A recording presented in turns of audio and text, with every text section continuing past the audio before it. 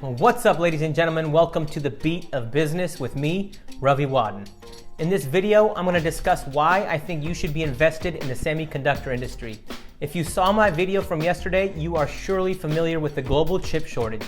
Along with the chip shortage, I also talk about how the semiconductor industry is going to be an integral part of driving our future growth. Now, as sort of a natural follow-up to that video, I want to provide you all with 4 semiconductor stocks that I think everyone should have exposure to in their investment portfolio. While each of these stocks is part of the broader semiconductor industry, they each specialize in something different. Now, before I talk about my stock picks, I would like to provide you all with a brief but very informative background on semiconductors, which will help you understand why this industry is essential to our digital future and why I think it's a great long-term investment. So what are semiconductors? Semiconductors are ubiquitously present in almost everything that we use. Everything from our automobiles to our smartphones, our computers, our airplanes, appliances, and even things like our traffic signals contain semiconductors.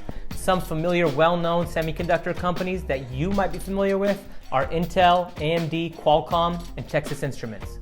The amount and type of semiconductors used in a particular device is usually determined by its complexity. For instance, the microwave on your kitchen counter doesn't require the same semiconductors as a smartphone that's in your pocket. It's all very complicated, and if you did a deep dive on the types of semiconductors there are, you could easily make a 2 to 3 hour video on that topic alone. I'll admit that I don't have that level of subject matter expertise, and I know that's not the reason you are watching this video. You are watching this video to get an idea of what semiconductor companies to invest in, so that is what I'm going to focus on. And if you haven't already, please be sure to hit that like button for the YouTube algorithm. And if you like videos like this, please be sure to subscribe to my YouTube channel by hitting the subscribe button below.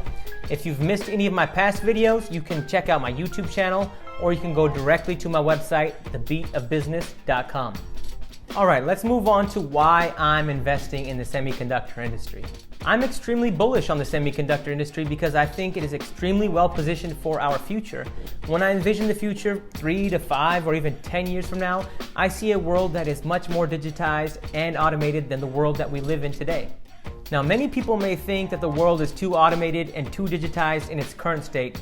I'm not here to agree or disagree with that opinion. I'm just here to tell you that we are only at the beginning of a broader digital transformation that's going to be taking place over the coming decades. Over the past decade or so, the growth of the global semiconductor industry has been driven largely by the proliferation of smartphones and cloud computing. But I'm not here to invest in the past. I'm looking to invest in the future.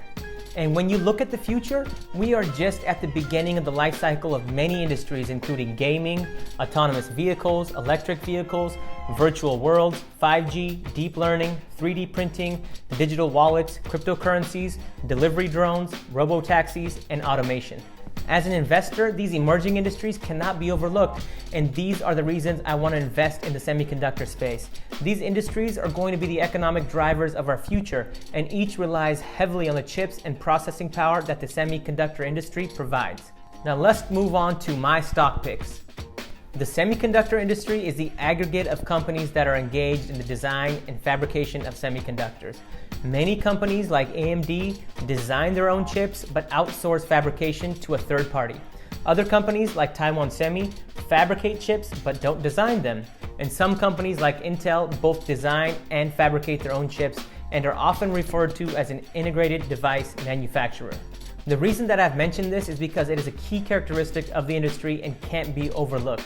It's important to note that AMD and Taiwan Semi are not in the same business. They are in the same industry, but they are not in the same business. One company designs chips and the other company fabricates them. Now with that, let's move forward with my top 4 stocks. You might be thinking, why top 4 and not top 5? And that's a good question. I did top 4 because these are the 4 semiconductor companies that I personally own in my portfolio. So number 1, we have NVIDIA, ticker NVDA. NVIDIA has been an all-time great long-term investment over the past decade. The stock is up over 2,000% during that time. Unfortunately, I haven't owned it over that period of time, but I do own it now. I've read many analyst reports and many think it still has room to grow in the near term. Data centers and gaming will continue to drive demand. More recently, cryptocurrency mining has increased demand across the industry. Some analysts have a 12-month price target of $700, and I don't think that's out of reach, especially if its $40 billion acquisition of ARM is approved by regulators.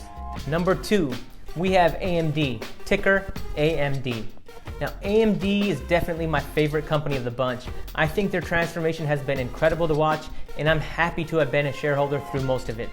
AMD has recently put out incredible products and really capitalized on the consumer market, the PC gaming industry, as well as their data center solutions. To cap it all off, they have been the go-to supplier for both the new Sony PlayStation 5 and Microsoft's new Xbox Series X. They really capitalized on Intel's struggles, and in my opinion, they are a much better stock to own for the foreseeable future. Number 3, we have Qualcomm, ticker QCOM. Despite the strong performance over the last year, Qualcomm shares have a lot more upside potential ahead.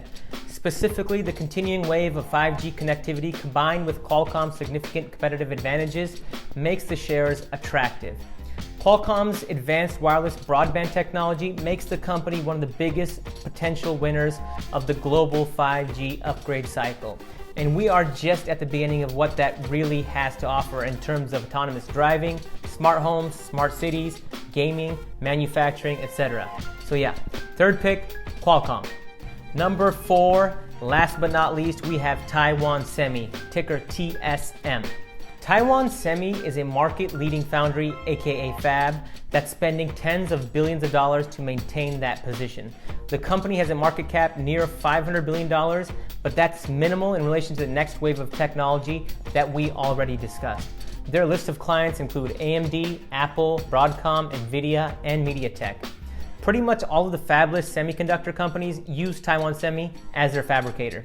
So AMD's new Ryzen chips, they're built by Taiwan Semi. You've probably heard of Apple's new M1 chips that are in the MacBooks or their A14 chips that are in the new iPhones. Yep, they're also built by Taiwan Semi. They are the most advanced semiconductor fabricator in the world, and I don't see anyone taking away that position from them anytime soon. I want to emphasize the fact that I'm not providing financial advice. I'm just sharing my opinion, which I've researched extensively before making this video. If I suggest something on this channel, there is a high likelihood that I'm doing it in my personal portfolio or in my personal life. Part of the reason I started this channel is to help people take control of their financial future. So many people aren't invested in the stock market or aren't in control of their financial future, and I want to play a part in changing that narrative. But as always, please consider your own risk tolerance before investing in the stock market. As always, I hope you guys enjoyed today's video, and I really hope you learned something new. I'll see you next time.